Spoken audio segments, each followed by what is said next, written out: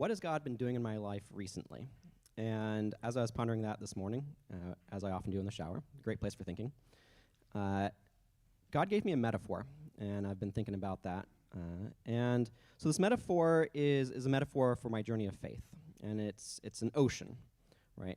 So we start off on the beach, where I first walk into the water and am baptized, and God's training me. I'm starting off in the shallows, where everything is nice and safe. You don't have to worry about drowning or anything. If you go into the water, there's all these beautiful coral and fish. It's a lovely place, but you can't stay there because it's shallow.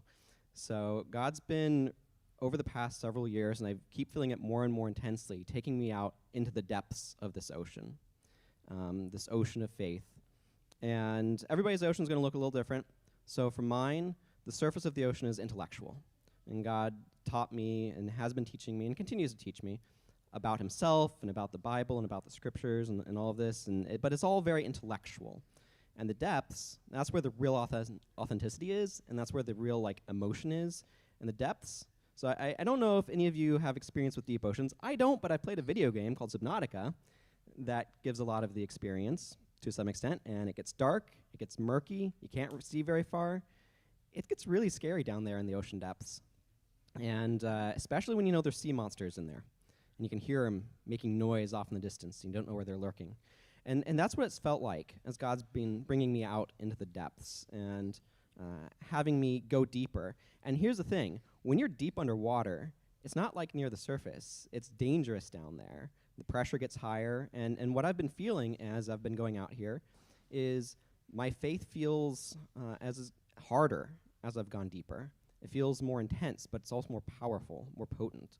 And at these great depths of the ocean, that's where the really weird, interesting stuff is.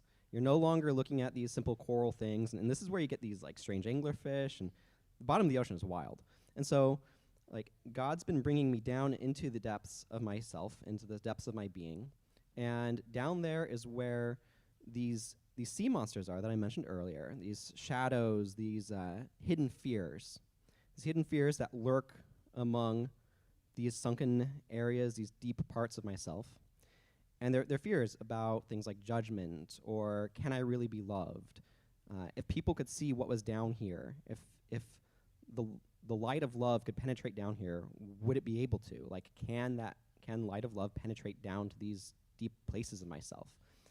And what God has been teaching me, and it's been ramping up in this particular area, is a need to trust him, deeply trust him.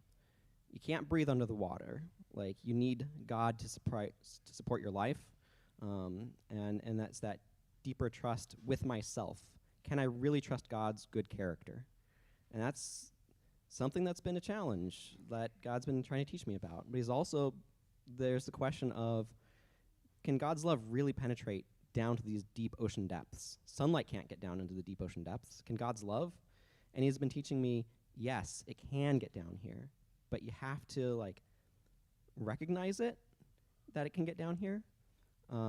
And the other thing is those sea monsters, those fears, the things that scare me down there. God doesn't lead me away from them. He leads me to them. And he wants me to wrestle with these sea monsters, and he helps me.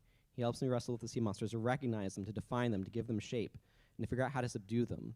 And they're sea monsters. They don't want to stay subdued, but you keep going back there, you keep wrestling them down, you keep subduing them, and then learning more and more about God's love for me. There's a sense of purity that comes at the bottom of all of this, of kind of a simplistic core of love and the centrality of love. And then comes the scary part, as you have to begin, as the light of love penetrates down there, it starts to get revealed, and there's beautiful wonders, strange wonders, but beautiful, and you have to let people see them, and that's another really scary part. So that's what God's been working on me lately, and just reflecting on learning to trust in God's good character, and that God's love can, in fact, shine all the way to the very depths of my being. So thank you, everyone.